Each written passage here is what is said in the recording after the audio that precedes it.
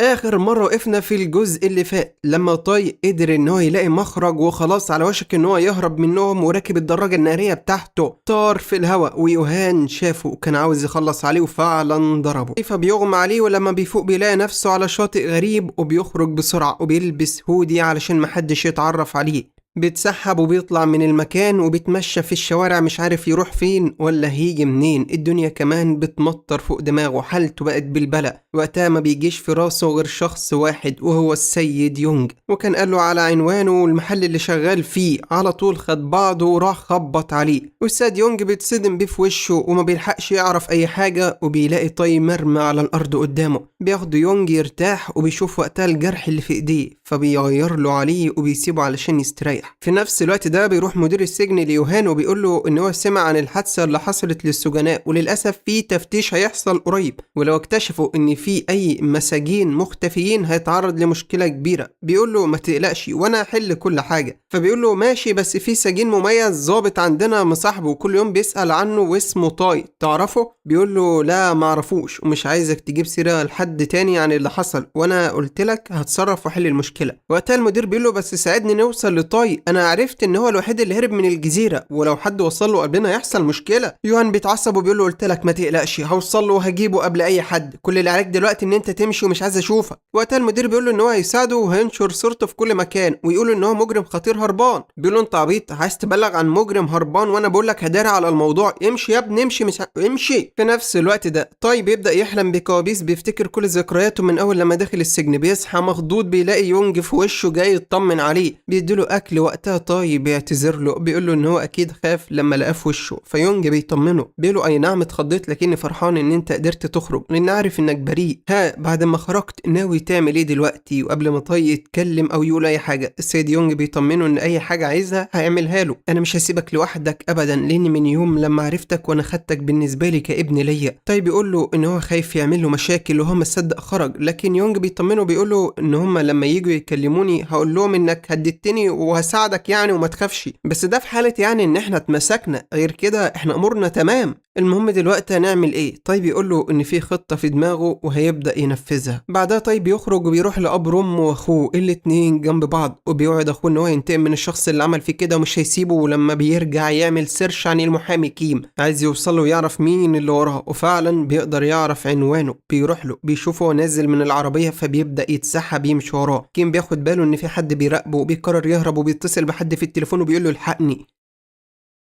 عمال يطلع وينزل ويروح ويجي مفكر انه هيقدر يهرب من اللي بيطارده، لكن المحامي بيتصدم بطاي قدامه. اول لما بيشوفه بيترعب بيجري بسرعه على بيته، بيحاول يفتح الباب وخلاص، لكن طاي بيزق الباب عليه يكسره. بيمسكه في الحيطه يدشمله، بيقول له ما تخافش مش هخلص عليك دلوقتي، الاول اعرف مين اللي وراك وبعدها هبعتك للي خلقك. بينزل في ضرب ما بيسيبش في حته سليمه، بيهبده على راسه وبيوقعه على الارض، من الاخر بيسوي وشه بالاسفلت. طيب يفتح موبايله بيسجله، بيبدأ يسأله بيقول له ها قولي مين اللي بعتك وطلب منك تخلص على اخويا. كيم بيقول له انا لو قلت هموت. قال له انت مش خايف تموت دلوقتي يعني؟ يبقى انت غلطان. في الوقت ده طيب يبدأ يفتش في المكتب بمعرفته يمكن يلاقي اي حاجة تدله على مين اللي كان وراه. كان بيحاول وقتها المحامي كيم ان هو يوصل للعصاية اللي جنبه، لكن طيب ياخد باله وبياخد شنطته وبيقف قدامه، بيفتح الشنطة وبيفضها على الأرض وبيلاقي فيها صورة بنت فيها معلوماتها كلها. بيفهم إنها الضحية الجديدة وبيسأل كيم عنها. كيم بيكذب وبيقول له إن هو ما يعرفهاش. طيب بيتعصب قوي وبيقول له إن هو هيقتله. وقتها المحامي بيعاند فبيجيب طيب السكينة وبيقول له ها. ووقتها المحامي بيصرخ وبيقول له إن هي دي الضحية الجديدة اللي هنلفق لها التهمة وهننحت عليها قريب تمثال. طيب اتصدم وبيقول له انا مش فاهم يعني ايه نحت. فكيم بيقول له انه مش هقدر اقول لك حاجه والا هروح في داهيه. طيب اتعصب اكتر وبيقول له انت كده كده رايح، انا مش هسيبك غير لما اعرف يعني ايه النحت. فكيم بيجيب اخره بينهار وبيحكي له كل حاجه، وبيقول له ان هو شغال مع شخص مهم جدا عنده نفوذ ومهمته يدور على اي حد فقير كحيان يخليه يشيل الليله من ولاد الاغنياء. وقتها عنده فريق بيزور الأدلة وبيشيلوه الليلة. طيب بيسأله بيزوروا الأدلة ازاي؟ كان بيقوله بيجمعوا كل حاجة عنك، عن أي حاجة في البيت بتاعك، حتى الزبالة اللي انت بترميها بيلموها. بعدها بيحطوا كاميرات في مكان حواليه وبيحاولوا يصوروه مع أدلة علشان التهمة تلزق فيه. وده اللي حصل معاك وانت لبست فيها زي اللهبل، وقعت في الفخ زي الست العجوزة اللي كان معاها شنطة جواها الجثة أصلا وموبايل الضحية اللي كان في جيبه طول الوقت. طيب يبدأ يستوعب اللي بيحصل من الخنازير، ولاد الخنازير دول، وقبل ما يلحق يسأل عن أي حاجة بيوصل الشخص اللي كيم اتصل عليه وجاء علشان ينقذ المحامي، وفي ايده سكينة خلاص ناوي يخلص على طي ويحرر كيم. ولما بيركز طي في ملامحه بيلاقي هو نفس الدكتور اللي اداله الحقنة، وبيعرف ان هم طلعوا عصابة كبيرة وواصلة مش هيقدر يتخلص منهم بسهولة، فبيتعصب ودمه بيغلي في عروقه. بيقولوا انه مش هيخرج من هنا النهاردة غير لما ينتقم منهم. وقتها طيب بيتحول وبيروح يتخانق معاه. في الوقت ده كيم بيستغل الفرصة وبيفك نفسه، بيقوم يخبط طيب اي حاجة على دماغه من الصدمة. طيب بيقع وكيم بيفتكر ان كده خلص عليه، لكن طيب يقوم من تاني وبيفضل يضرب فيه، ما بيسيبش في حتة سليمة. بيقوله انه هينتقم ويجيب حق اخوه اللي ملوش ذنب في اي حاجة. في الوقت ده كان المجرم وراه متبهدل ومش عارف يعمل حاجة، قرر يتخلص منهم ورمى قنبلة عليهم وقفل الباب. طي عرف اللي فيها خلاص، خد الملف بسرعة ونط من الشباك، ولكن اللي مات كان المحامي. انتقامه لسه ما انتهاش وهيكمل لحد لما يخلص عليهم كلهم. في نفس الوقت ده بيوصل ليوهان اتصال، وبتيجي الخدامة بتاعته نعمة بتديله الموبايل، ولما بيرد بيبلغوه باللي حصل وان طي قدر يهرب من المجرم، وكمان المحامي كيم اتوفى. يوهان بيتعصب جدا وبيغير هدومه، بيروح على طول للمجرم سوك، ولما بيشوفه بيخاف لانه عارف ان يوهان ما بيهزرش، جاي وناوي يقتله لانه فشل في مهمته، ما بيحبش الغلطات. وقتها المجرم بيستغل الفرصة، بيحاول يخلص على يوهان الاول، ولكن كان يوهان اسرع منه، عامل حسابه بيطلع هو كمان سكنته مرة واحدة خلص عليه. بعدها بيتصل بفريق تنظيف وبيبلغهم ان في مجرم ميت هنا، يجي ينظفوا المكان من بعده، وبيرمي له الفلوس على جثته وبيقول له اعتبر دي نهاية خدمتك. بعدها يوهان بيقرر يوظف محقق خاص علشان يحقق في موضوع طاي ويقدر يوصل له. اول حاجة بيعملها بيبعته للسجن اللي كان فيه، بيدخل للأوضة اللي هو كان عايش فيها علشان يدور على اي دليل ممكن يوصله لأي حد، لكن كل اللي كان موجود كلام فاضي، والمحقق مصمم قوي ان هو يلاقي اي دليل. وبيقول له الضابط هوان ان هم المفروض يروحوا على زنزانة باقي المساجين، ولكن المحقق بيقول له لا مش مهم. وقتها الضابط هوان مش فاهم ايه اللي مخليهم كلهم مهووسين قوي بطاي. بنروح بينا للضحية الجديدة اللي يوهان كان ناوي يلبسها الجريمة، واسمها سوسو. بنعرف ان انسانة بسيطة جدا عندها طفلة زي القمر وصالون تجميل، الدنيا جاية عليها معاش سيولة كافية وعليها ايجار 3 شهور متأخر. بنتها مريضة عندها الربو وكل فلوسها رايحة على علاجها، وطبعا بما انها الضحية الجديدة فبيراقبوها. يوهان عمال يجمع كل التحركات والأدلة علشان يلفقوا لها التهمة الجديدة. في نفس الوقت ده طي بيستعد وبيبدأ يجمع معلومات عن سوسو علشان يساعدها ويحميها، ويوصل من خلالها للراس الكبير اللي ورا كل البلاوي اللي بتحصل. والسيد يونج بيجيب له اي حاجه كان عايزها علشان يكمل في التحقيق. لما بيقول له انه عايز يعمل كاميرا مراقبه ويراقبها علشان يشوف مين الناس اللي بيراقبوها، وقتها يعرف يوصل لها. وفعلا بيبدا يصنع بكل الاجهزه القديمه كاميرات، وبيروح على طول وبيبدا يعلقها على عمود النور اللي قدام المحل، وبيوزعها في كام مكان، وبعدها بيرجع تاني للمقر علشان يشوف الكاميرات. وقتها السيد يونج بيطلع له كل اللي تحت البلاطه، بيديله كل الفلوس اللي حيلته علشان يستخدمها ويجيب المعدات والادوات اللي محتاجها الحديثه. طيب بيبقى مكسوف جدا ورافض، لكن السيد يونج بيقول له ان انت زي ابني وبساعدك يا ابني في اي حاجه علشان اثبت براءتك. حقيقي السيد يونج ده محتاج لايك عزيزي المشاهد، فالكل يعمل له اللايك الجميل بتاعه، وما تنسوش تشتركوا في القناه. فعلا من بعدها بيبدأ طاي يجيب شاشات جديدة وبيبدأ يراقب سوسو 24 ساعة. وفي يوم قاعد في محل يونج فجأة بيسمع صوت وبيفتكر ان في حد جاي يسرق. بيلاقي بنت غريبة وبيقول لها انت مين وبتعملي ايه هنا ودخلت ازاي؟ بتقول له انت اللي مين وبتعمل ايه، مالكش دعوة. بتقول له مش قايله لك حاجة وبتمشي بسرعة، لكن طيب بيمسكها بيعمل لها واحدة هوبا سنتروبا بيقلبها. وقتها بيوصل السيد يونج بيقول له كان في بنت حرامية رايحة تسرقك وانا وقفتها. سيد يونج بيقول له بنت مين؟ ده بنتي.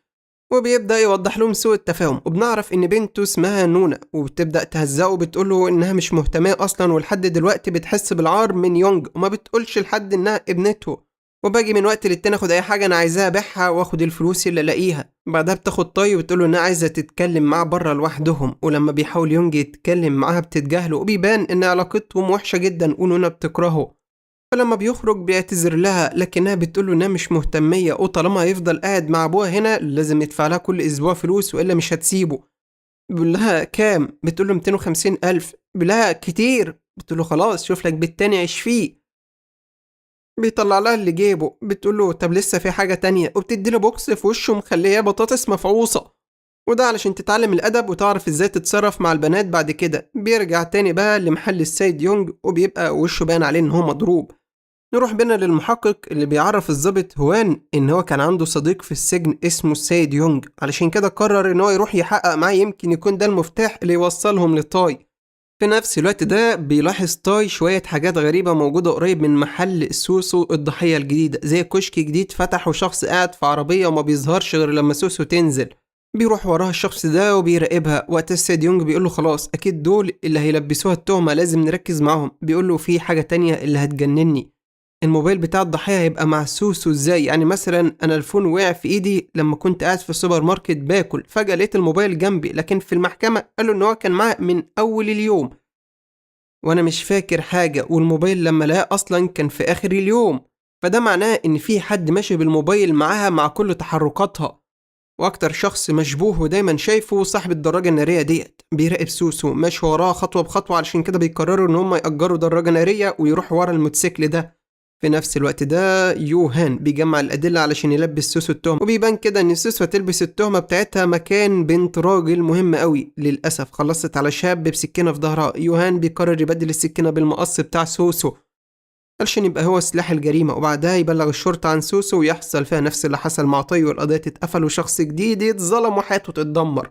في نفس الوقت برضه سوسو فجأة وهي بتقفل المحل علشان ترجع للبيت بتلاقي اتصال، بتبص في الموبايل بتاعها مش لاقياه بيرن، بتدور تلاقي الموبايل واقع على الأرض، فبترد على صاحبة الموبايل. في نفس الوقت ده بيبقى طي في طريقه ليها يحذرها، بس لما بيوصل بيتصدم بيلاقي بنتها قاعدة لوحدها. بيسأل عن والدتها بتقوله انها خرجت ثواني وراجعة. بلا راحت فين بالظبط؟ بتحكي له بتقوله ان والدتها لقت موبايل غريب وشخص طلب منها انها تجيبه، في المقابل ده هيديلها فلوس كتيرة، فراحت توديه. بيعرف طاي ان هو اتأخر، بتصدم وبيسأل البنت لو تعرف مكان مامتها، بتقوله انها راحت على السوق، فبيجري بسرعة يلحقها قبل ما تحصل الكارثة وتلبس التهمة. في نفس الوقت ده بيقعد يونج يصلح شوية حاجات، بيلاقي المحقق سامي داخل عليه هو والظابط وان علشان يدوروا على اي حاجة توصلهم لطاي. في نفس الوقت سوسو بتوصل وبتلاقي بنت غريبة مستنياها عند كشك، وبتقول لها ان الموبايل ده بتاعها. نرجع تاني للسيد يونج اللي بيفضل المحقق سامي يتكلم معاه بطريقة وحشة وبيقول له ان هو هيفتش في كل مكان. السيد يونج بيقول له بتفتش ليه؟ فهمني بس. بيقول له انت ما تعرفش ولا ايه؟ اصل السجين اللي اسمه طاي صاحبك هرب من السجن ومش عارفين نوصل له، وشاكين انك انت اللي مخبيه. وقتها بيتوتر كده وبيقول له انا ما اعرفش حاجه عنه، واخر مره قابله كانت من شهر ومن بعدها ما فيش اي تواصل بينا. الظابط وان بيقول له ايوه انا شاهد على الكلام ده، وبيعتذر للسيد يونج على اسلوب المحقق سامي، وبيقول له ان هم بيعملوا شغلهم مش اكتر. بس السيد يونج بيقول لهم انا مش مهتم، اعملوا اللي انتوا عايزينه، كل اللي انتوا عايزينه ونفسكوا فيه اعملوه، ما انا كنت مجرم برضه وشكل كده مش هتحرر من عذابكم. وبيروح يدوروا في كل الاوض على اي حاجه توصل لهم، لحد لما بيروحوا للاوضه اللي طيب يبقى شغال فيها. ولما بيشوف الأوضة مقفولة بيقول فضول يعرف ايه اللي جواها، وبيقول له ان هو يفتحها. بيحاول يونج ان هو يمنعه، وبيقول له ان دي اوضته الشخصية ما ينفعش يدخلها من غير اذن من النيابة. وقتها سامي بيتعصب عليه، بيقول له انت راجل كبير ما تخلينيش امد ايدي، لو مش عاجبك روح اعترض عندهم هناك في القسم، انا هدخل الأوضة دي وهفتش جواها. وقتها بيفتح وبتصدم ببنتنا نونا موجودة جوه، بتطلع لهم تمسكهم تهزيق. بتدخلوا الأوضة عليها وانا بغير مفيش احترام للخصوصية، هتعيشونا لسه في العذاب؟ مش كفاية اللي والدة عاش فيه؟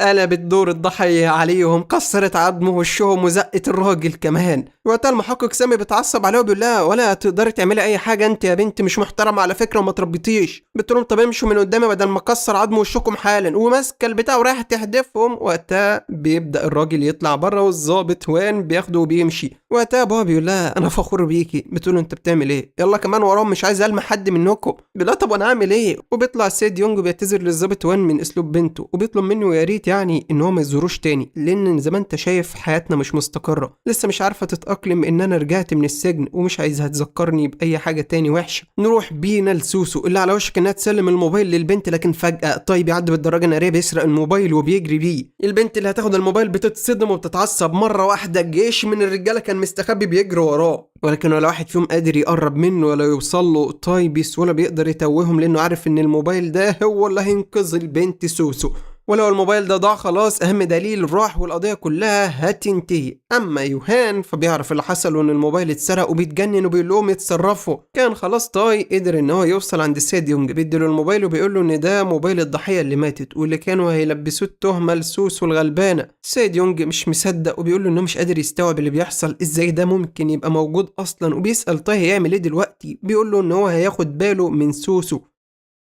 وهراقبها طول الوقت علشان هي المفتاح اللي هيوصلني للعصابة.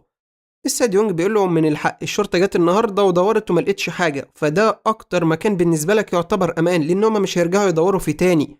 وطيب يشكر السيد يونج إن هو عذبه الفترة اللي فاتت وتعب معاه ولازم يردله الجميل، وللأسف هيسيبه دلوقتي علشان يعمل حاجة وهيرجع له تاني. فعلا بيروح يركب أتوبيس، أول حاجة بيفتح موبايل الضحية بيرن على آخر رقم، وده المفروض البنت اللي كانت هتاخد الموبايل وهتلبس التهمة لسوسو. بيقول له إن هو هيرجع لها الموبايل بس هياخد قصادها فلوس. البنت بتتبسط وبتروح لمديرها وبتقول له إن الموبايل اللي اتسرق الحرام عايز يرجعه تاني. المدير بيتنرفز وبيقول لها هات الموبايل بأي تمن، وبيبعت معاها الصبع علشان تخلص على طي كمان. البنت بتكلم طي بتقول له إنها جاهزة ومعاها الفلوس، بس هو بيطلع ذكي وسابقهم بخطوة وبيبعت واحد ياخد الفلوس علشان ما تشوفش وشه. بتتعصب وبتقول له وانا اعرف منين انك هترجع الموبايل ومش هتخدعني. بيقول لها اديله الفلوس وبعدها نشوف، وبتضطر تسمع الكلام وتديله الفلوس. وبيمشي الراجل وبعدها بيكلمها طيب بيقول لها ان الموبايل موجود عند اليافطة، هترفع ايدك فوق هتلاقيه متداري. وفعلا بتجري بسرعة علشان تجيبه وبتلاقيه وبتبقى مبسوطة. بتروح بقى لمكان غريب، مستودع مليان هدوم وناس لابسين أقنعة، واضح إن ده المستودع اللي بيصنعوا فيه البصمات ويغيروا الأدلة وبيدوروا فيه على كل حاجة بيلموها من الضحية. في نفس الوقت ده بيعرف يوهان باللي حصل وإن الموبايل اتسرق، بيروح للقسم بتاع التنظيف وبيبقى رئيسهم رئيس عصابة بيتنرفز عليه وبيقول له من 5 سنين وإنت ما غلطتش ولا غلطة، تيجي دلوقتي تغلط الغلطة السخيفة ديت وتبوظ كل حاجة. ريس بيحاول يبرر له وبيقول له إنها أول مرة تحصل ومش هتتكرر، وبيطمنه إن هو اتصرف والموبايل موجود، وان انا بعت واحده من المساعدين والحرامي هياخد الفلوس ويرجع الموبايل ولا كأن حاجه حصلت. يوهان بيتجنن عليه وبيقول له هو انا سمحت لك تعمل كده؟ بتتصرف تاني من دماغك، لسه قايل لك ان انا مش هسمح لك تغلط تاني. ومره واحده البنت اللي معاه بتدي له واحده سكه السلامه، ايوه دي المجرمه الجديده مكان المجرم اللي مات، اللي هتبقى مسؤوله انها تتخلص من اي عقبه. في نفس اللحظة دي بيوصل طاي للمكان اللي البنت نزلت فيه، وأول لما بيدخل بيتصدم هدوم كتيرة مرمية، الناس غلابة تلفق لهم تهم ظلم، ناس عمرهم ما يعرفوا إن حياتهم اتدمرت بسبب اللي شغالين في المستودع.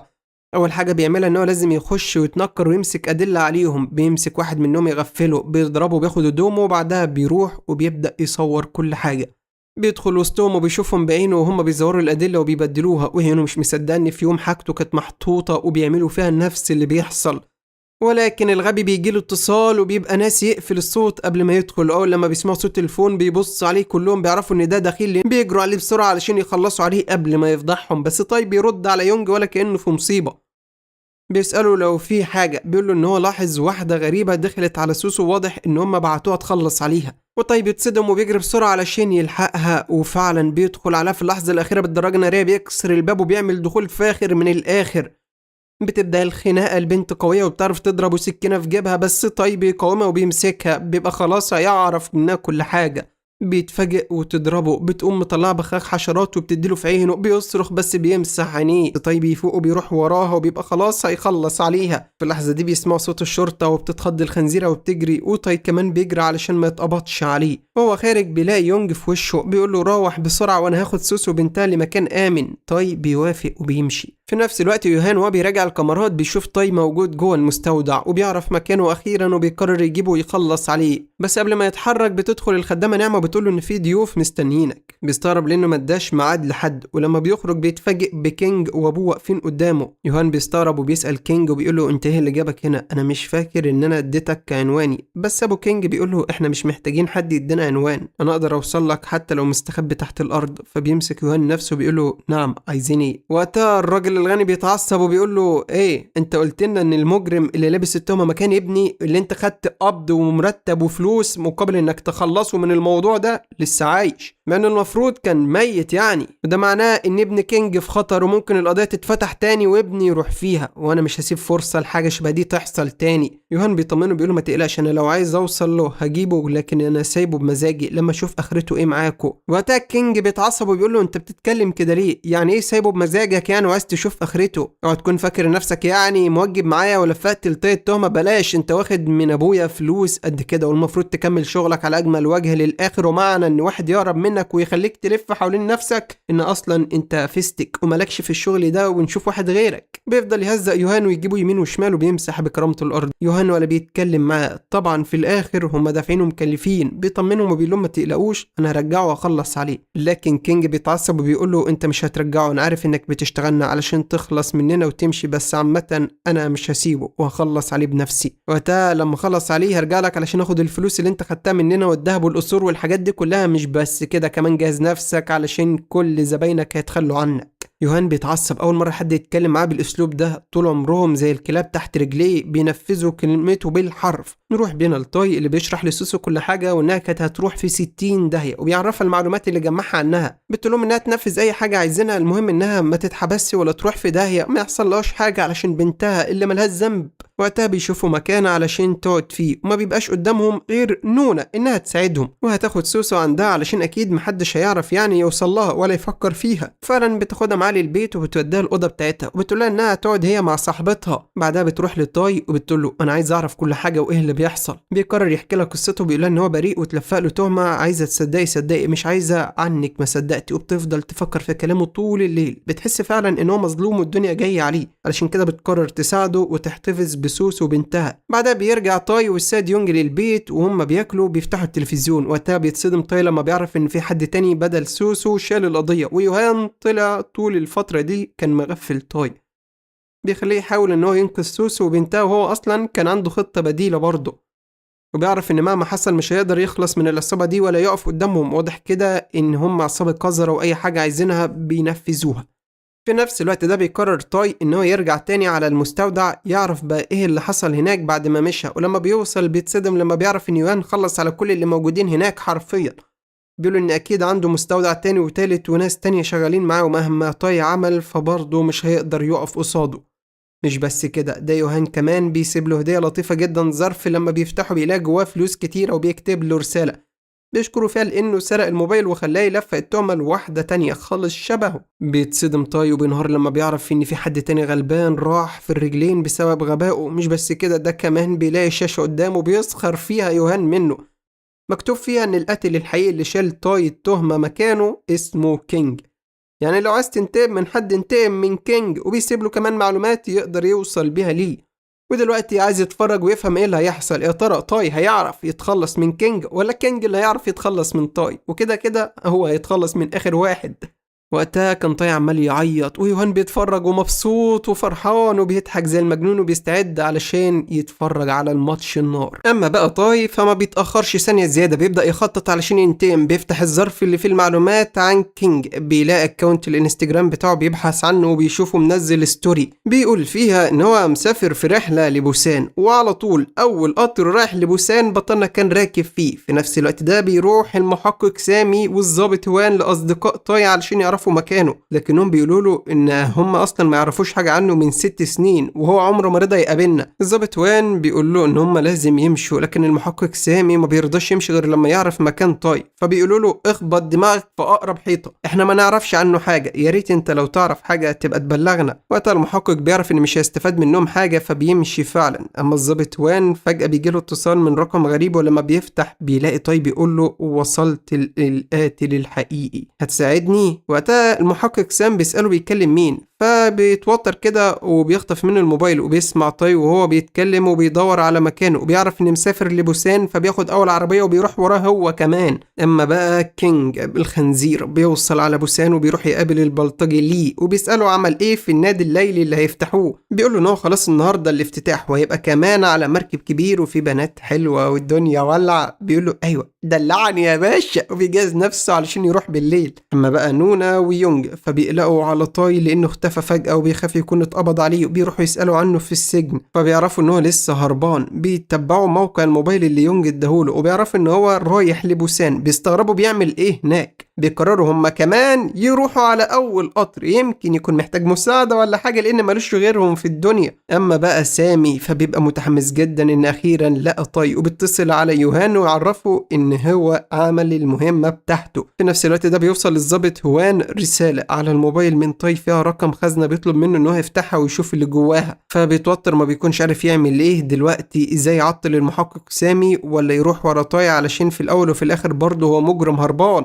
أما بقى يوهان فبيروح يحضر ذكرى وفاة أهله في المعبد، وهناك بيقابل قرايبه الخنازير وخالته بتقوله إن هم هيتجمعوا النهارده علشان يقسموا الورث، وبتطلب منه يحضر معاهم على العشاء يعني، لكن بيرفض وبيقول لهم إن عنده شغل مهم ومش هيعرف يحضره. بيطلب من الخدامة نعمة إنها تحضر مكانه، بلغيني بس بكل حاجة بما إنه ما بيثقش في أي حد على وش الأرض غيرها. فبتطمنه بتقول ما تقلقش، كل حاجة هتكون عندك أول بأول، روح أنت شوف اللي أنت عايزه وما تشغلش بالك بيهم خالص. بيودعها وبيمشي. بتوصل هي على مكان العشاء وهم متجمعين، وبتاخد معاها قاتلة متسلسلة وبتخلص عليهم كلهم. ده انت قمت بالواجب وزيادة. وبيجي الدور على خالة الخنزيرة، بتقول لها نعمة يلا بقى اجهزي علشان نهايتك على ايدي. بتقول لها اوعي تكوني فاكرة باللي بتعمليه ده ان يوهان مش هيوصل للحقيقة ويعرف انك امه الحقيقية، وان اهله التانيين دول مجرد اهل بالتبني وهيرموكي رمي الكلاب لما يعرف. بتتريق عليها وبتقول لها واضح كده انك اللي ما تعرفيش الحقيقة، وان يوهان بيحبني انا اكتر واحدة وما يقدرش يستغنى عني حتى لو عرف اني اتخليت عنه وهو صغير. ده ست من كتر حبه ليا، وان هو مش عايزني امشي من البيت، حطلي سائل في عيني وانا نايمة علشان ابقى عامية وافضل طول الوقت جنبه ومحتاجاله.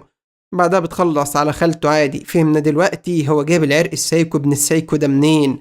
من امه طبعا. في نفس الوقت ده بيوصل كينج على المركب اللي هتبقى نادي من هنا ورايح، وبينشر صور وبيعرف طاي مكانه، فبيروح له على طول وما بيتوصاش. بالصدفة بيعدي ليو البلطجي وبيشوف طاي وما بيرتاحلوش، وبيشك ان الواد ده وراه حاجة علشان كده بيقرر يراقبه.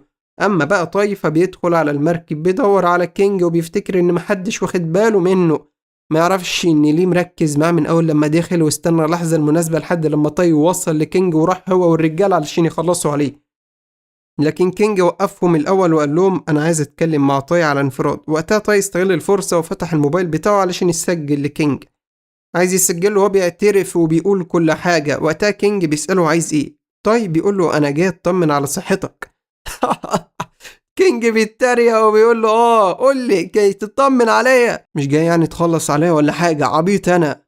طيب يقول له خلص عليك ليه؟ هو انت عملت حاجة لا قدر الله؟ طبعا ده فخ عامله طاي لكينج، وكينج الغبي بيقع فيه وبيقول له عملت، انا قتلت نانا وانت اللي لبست التهمة بدالي، دمرت حياتك، بعدتك عن اهلك وكمان اخوك مات. وبيفضل يضحك زي المجنون. طاي الدم بيغلي في عروقه، كان مستني منه اعتذار، مستني منه يقول له اسف، مستني يشوف نظرة ندم. لكن في الاول وفي الاخر اللي قدامه ده خنزير قلبه ميت، علشان كده ما بيقدرش يمسك اعصابه بيمد ايده عليه. لكن كينج بكل سهوله بينادى على كل اللي حواليه. لكن طاي بيطلع قوي، راجل مفتري، بيمسكهم واحده بام تخوف في احسن دحم بوه وبيعلم عليهم كلهم. اما في الوقت ده نعمه بتروح ليوهان وبتقول له ان للاسف العشاء اتلغى. بيستغرب وبيسالها ليه، بتقول له انها حصلت حريقه في البيت وهي يعني الله اعلم ما تعرفش جت منين. بيضحك لانه عارف ان هي اللي عملت كده، وبيقول لها عمر ما حد هيفهمني ولا هيساعدني في الدنيا غيرك. بعدها بيجي له اتصال من كينج وبيقول له ان هو مسك طاي. يلا بقى يا حلو حول لي كل الفلوس اللي انت خدتها مننا. فبيتعصب جدا لان اول مره يفشل في مهمه في حياته، وطاي عمال يطلع له زي الخازوق ومش عارف يخلص منه. اما بقى كينج فبيشرب وطبعا بيبدا يفقد الوعي يهلوس، علشان كده بيقرر ان هو يروح يخلص على طاي بنفسه. لكن لما بيوصل بيتصدم، ايه ده؟ فك نفسه؟ هرب ازاي؟ طيب بيبقى بيخرج وما بيبقاش عارف هيتصرف ازاي دلوقتي. لكن بيتصدم لما بيلاقي يونج في وشه وبيقول له ان هو عارف مكانه وجه علشان يساعده، وبيساعده السيد يونج يهربوا من المكان بسرعة. لكن هوان بيظهر وبيقول لهم ايه، انا المحقق يعني لازم الاقيكوا. يلا يا سيد يونج كده ما تتدخلش في الموضوع، انت لسه طالع من السجن بقالك 20 سنة، مفيش داعي انك تدخله تاني. لكن السيد يونج بيقول له مش فارقة يعني، كده كده هموت في الآخر. بيقول له طب وبنتك اللي انت طول عمرك بتحلم تخرج علشان تفضل جنبها وتعوضها؟ راجع نفسك كويس، اللي بتعمله ده غلط، وطيب فعلا لو مظلوم انا هساعده. يونج ما بيهتمش بالكلام وبيقول له انت لو بتحبني فعلا لازم تقف جنبي دلوقتي وتعمل نفسك مش شايفني انا وطاي وتسيبنا نمشي من هنا. لكن طبعا هوان ما بيقدرش يعمل كده، وواجبه بيقول له لازم تمسكه. ده غير كمان ان المحقق سامي بيظهر فجأة وبيروح يقبض على طاي. وقتها بتظهر نونا بتنقذهم وبتاخدهم في العربية، وطيب بياخد الدراجة النارية وبيطلع وراهم وبيفلتوا منهم ولاد اللذينة. بيوصلوا على بيت صاحبتها سارة، بيستخبوا هما التلاتة هناك. أما بقى هوان في اليوم التاني بيروح يفتح الخزنة اللي سابله طاي رقمها، بيلاقي جواها ظرف فيه معلومات عن كينج.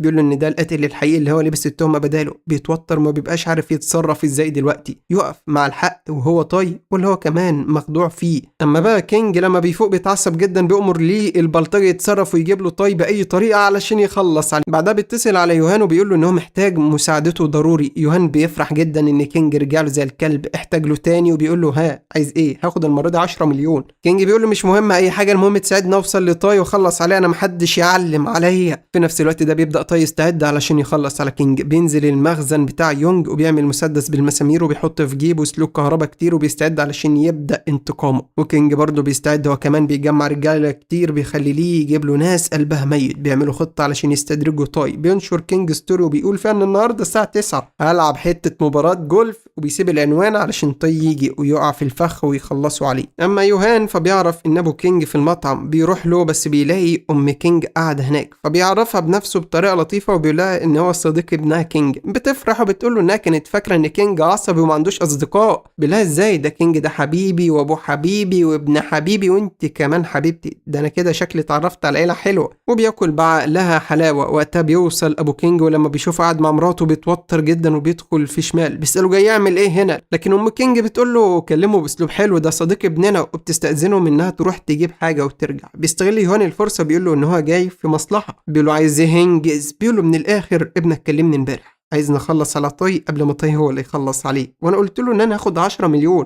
بس علشان انت زبوني رجعت نفسي وهاخد 8 بس، هتحولهم لي ولا اخدهم كاش؟ فبيتريق عليه بيقول له ابني اتفق معاك انا ما يخصنيش. بتصدم وبيقول له يعني انت هتسيب ابنك يلبسها؟ بيقول له خليه يتعلم الادب شويه. بيتعصب يوهان وبيقول له عامه هديك فرصه تفكر وترد عليا، وبيسيبه وبيمشي. بس لما بيرجع يوهان للبيت بيتصدم، بيعرف ان ابو كينج بعت له عصابه علشان تخلص عليه. بيتعصب جدا وبياخد السيف بتاعه بيخلص عليهم واحد ورا التاني، ماسكهم واحده يمين شمال عمال يروح ويجي مبسوط باللي بيعمله. السايكو ظهر اخيرا. في نفس الوقت طاي بيقعد مع السيد يونج يتكلموا شويه، بيسالوا عن القضيه اللي دخل فيها السجن وقعد فيها 20 سنه. بيقرر ان هو يشاركه الحقيقه، بيقول له ان هو زمان كان شخص وحش جدا، بيشرب طول الوقت، يضرب مراته وبنته. في مره نونا كانت بره، وقتها اتخانق مع والدتها ورمى سيجاره في الارض من العصبيه ومشى. ولما رجع لها العماره كلها بتولع، مراته جواها، ولما طلبوا منه ان هو يدخل ينقذها رفض وفضل واقف بره لانه جبان. علشان كده رفعوا عليه قضيه. قضى 20 سنه من حياته في السجن. وكمان لما خرج لقى نونا بتكرهه لانه حرمها من والدتها اللي ما عملتش اي حاجه في دنيتها غير انها كانت صابره وساكته.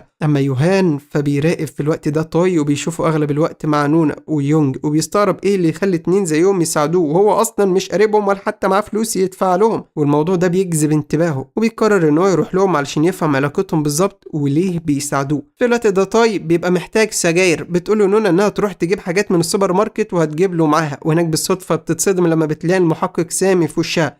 بتخاف ان هو يتعرف عليها. بتلبس الطاقية وبتهرب بسرعة من غير ما تاخد السجاير. بتركب العجلة بتاعتها علشان تمشي، لكن بتلاقي المحقق سامي خارج وراها، وبتفتكر ان هو اتعرف عليها وهيقبض خلاص، لكن بيقول لها انها نسيت علبة السجاير بتاعتها. بيديها لها وبتمشي. وقتها بيشوف رسمة على ظهرها وبيحس ان هو شافها في مكان قبل كده، لكن مش فاكر فين، لحد لما بيقعد مع الضابط هوان. وقتها بيفتكر شافها فين، هي نفسها بنت ساد يونج نونا.